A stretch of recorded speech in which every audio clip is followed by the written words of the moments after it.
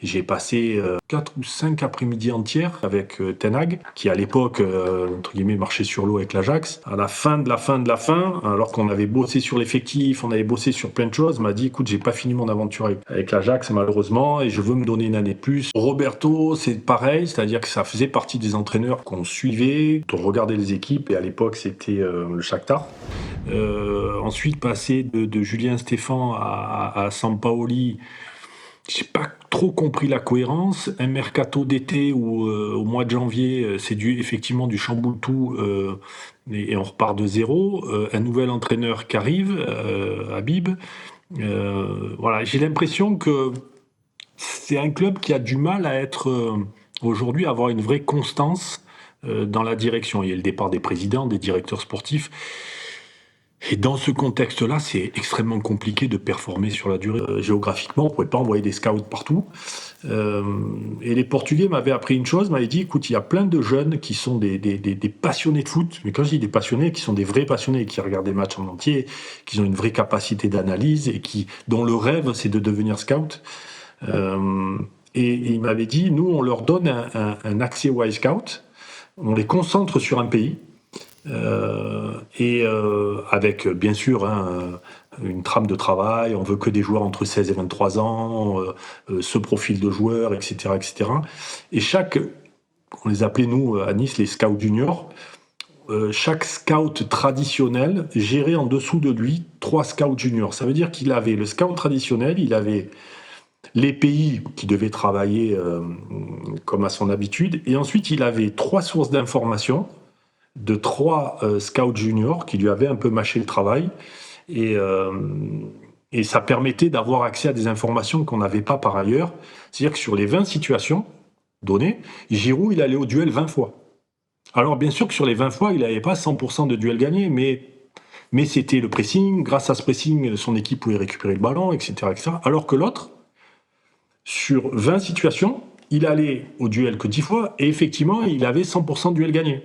Et donc, en fait, et c'est le danger quand un club fonctionne avec la tout data sans passer par l'analyse ensuite humaine et footballistique, et qui plus est quand ça vient dans les mains d'un propriétaire dont c'est la culture, ça peut être extrêmement dangereux. Je me souviens, avant la venue de Christophe en 2021, j'ai passé, je crois, une, 4 ou 5 après-midi entières, quoi, demi-journée avec Ten Hag, qui à l'époque, entre guillemets, marchait sur l'eau avec l'Ajax, et qui à la fin de la fin de la fin, alors qu'on avait bossé sur l'effectif, on avait bossé sur plein de choses, m'a dit, écoute, j'ai pas fini mon aventure avec l'Ajax, malheureusement, et je veux me donner une année de plus. Roberto, c'est pareil, c'est-à-dire que ça faisait partie des entraîneurs qu'on suivait, dont on regardait les équipes, et à l'époque, c'était le Shakhtar. J'étais assez admiratif, on était assez admiratif de la manière dont il jouait. Je me souviens être allé le voir aussi, il y avait un Monaco-Shakhtar quelques mois avant. Donc on était allé aussi voir son attitude au bord de terrain, etc. Et donc pour tout un tas de raisons, on pensait que c'était un entraîneur qui matcherait très bien avec notre club. Mathieu me dit, écoute, Athème, à l'époque il joue plus, il me dit, il voudrait t'appeler. Et ça l'intéresserait de venir. Je dis, ben, écoute, dis-lui qu'il m'appelle. Et le soir, puisqu'effectivement j'étais sur Aix-en-Provence, j'avais le temps de faire ma route entre Nice et Aix, et Athème m'appelle, et il me dit, bon, je vais essayer de vous la faire courte parce que l'histoire est longue, mais il me dit, écoute Julien, tu sais dans quelle situation que je suis, mais j'ai envie de revenir, toi je te connais, et je sais que toi tu me connais et tu sauras me gérer, mais j'ai qu'une crainte, c'est l'entraîneur. À l'époque c'était Claude Puel. Je dis pourquoi? Il me dit, mais tu penses que Claude Puel et moi, ça peut matcher? Et je me souviens avoir dit à Thème, j'ai dit, écoute, Thème, t'es bien placé pour savoir que dans le foot, on met souvent des étiquettes. Et toi, tu passes pour le jeune fou, pas sérieux. Et ce que tu es en train de faire avec Claude, que tu connais pas, c'est la même chose. Claude, il passe pour quelqu'un de froid, de trop rigoureux, voire même un peu maniaque, etc., etc. Et je dis, tu sais, à thème dans ces trucs-là, le mieux, c'est de rencontrer les gens. Et viens rencontrer Claude. Et moi, j'organise en secret total une rencontre entre Claude et Athème.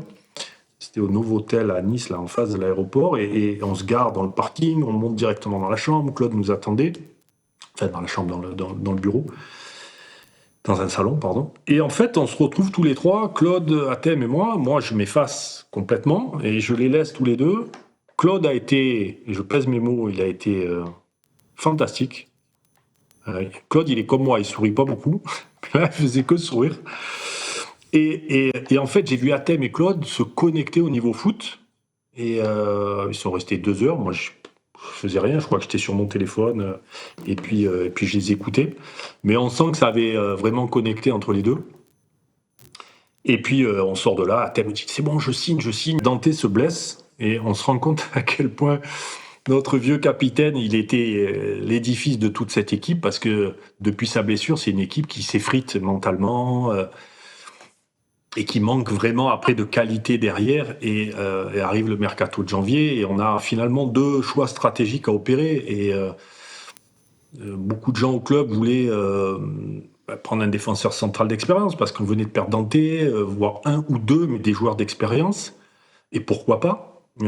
Et puis il y avait ce pari, pas le pari de la jeunesse, mais le pari de la qualité et de faire venir des joueurs qui, pour moi, ils ne sont pas calibrés pour Nice, ils sont calibrés pour des clubs beaucoup plus grands que ça. Sur un transfert d'un joueur qui s'appelait Eduardo Costa, qui venait de Bordeaux, à qui on devait un pourcentage, enfin bref. Et on transfère à l'Espagnol de Barcelone, et je fais une erreur de débutant dans le transfert, j'oublie le pourcentage, je crois que le manque à gagner, il est d'1 million ou 1,5 million pour l'OM, et je me dis, bah, ça y est, je vais me faire virer, Et donc je vais voir le directeur général de l'époque en disant voilà, il y a ce problème. Ah, ça y est, j'ai la preuve, c'est Pape Diouf qui a pris de l'argent sur le transfert. Je vous avais dit non, c'est pas Pape Diouf. Je dis mais il va me tuer, il va me virer. Et à un moment donné, je suis obligé de. Et je lui dis non, c'est moi. Comment c'est vous? Je dis ben voilà, j'ai oublié ça, j'ai oublié ça. Non, non, c'est pas vous, je sais que c'est Pape. Je dis non, mais monsieur, je suis en train de vous dire. Et là, en fait, bon, j'ai vu que le gars voulait le poste de Pape. Enfin, c'est toutes les histoires politiques de l'OM. Et je me souviens être allé dans le bureau de Pape, et au lieu de. Lui savait pourquoi j'étais là, et au lieu de me tirer les oreilles, ou de me dire. Et en fait, il m'a dit alors petit, t'as compris? Et je lui dis oui, j'ai compris. Et à partir de ce jour-là, on s'est. Mais quand je dis plus quitté, c'est plus quitté. Moi, j'ai rencontré quelqu'un sur le plan humain qui est fabuleux.